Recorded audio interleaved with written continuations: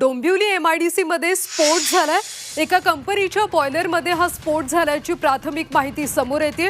अग्निशमन दलाच्या 4 गाड्या सध्या घटनास्थळी दाखल झाल्या।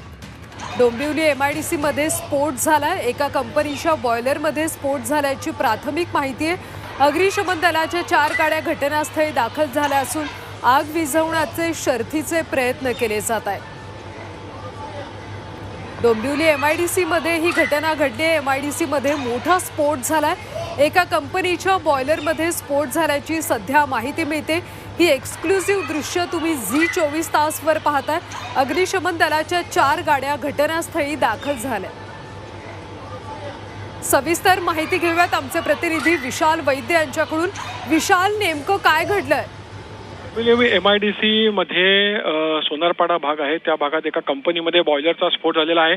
आता काही क्षणापूर्वीची जी घटना आहे ही इतका स्फोट जबरदस्त होता की आजूबाजूचे ज्या गाड्या उभ्या होत्या काही आजूबाजूच्या परिसरामध्ये त्या गाड्यांच्या काचा सुद्धा फुटलेल्या आहेत, काही घरांच्या काचा सुद्धा फुटलेल्या आहेत। हा खूप जबरदस्त स्फोट जो आहे तो झालेला आहे। त्याच्यामुळे या परिसरामध्ये जुन्या आठवणी जागा होऊन पुन्हा एकदा नागरिकांमध्ये घबराट पसरलेली आहे। आता तत्काळ जे आहेत अग्निशमक दलाचे जे 4 गाड्या आहेत त्या घटनास्थळी दाखल झालेल्या आहेत आणि तातडीनं जे आहेत तो परिसर जो आहे तो संपूर्ण मोकळा करण्यास त्यांनी सुरुवात केलेली आहे।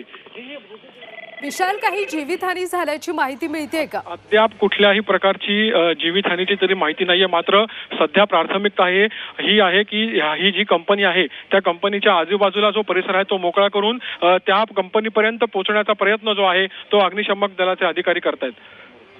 नक्कीच विशाल, धन्यवाद या माहितीसाठी। तर डोंबिवली MIDC मध्ये मोठा स्फोट झालाय। एका कंपनीच्या बॉयलरमध्ये स्फोट झाल्याची प्राथमिक माहिती सध्या मिळते। पुन्हा एकदा जाऊयात आपण आपले प्रतिनिधी विशाल वैद्य यांच्याकडून। विशाल, कशा पद्धतीने हा स्फोट झाला? याच्या आधी अशा काही घटना तिथे घडल्या होत्या का आणि सध्या आग विझवण्याचे कसे प्रयत्न सुरू आहेत? या डोंबिवली MIDCचा इतिहास आहे। इथल्या कंपन्यांमध्ये वारंवार जे आहेत ते स्फोट अशा प्रकारचे होत असतात। आपल्याला माहिती असेल काही वर्षांपूर्वी प्रचंड मोठा स्फोट झाला होता, त्याच्यामुळे अनेक जणांना आपला जीव गमवावा लागला होता।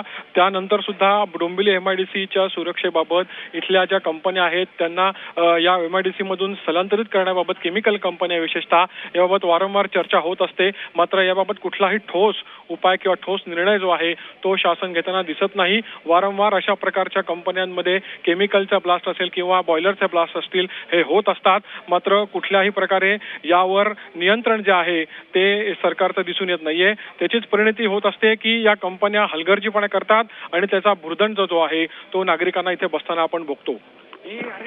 नक्कीच विशाल, धन्यवाद माहितीसाठी। डोंबिवली MIDC मध्ये मोठा स्फोट झालेला आहे। बॉयलरमध्ये स्फोट झाल्याची प्राथमिक माहिती मिळते आणि सध्या जीवितहानी कोणतीही झाली नसल्याची माहिती नाहीये। मात्र वित्तहानी मोठ्या प्रमाणात झाल्याची माहिती आहे।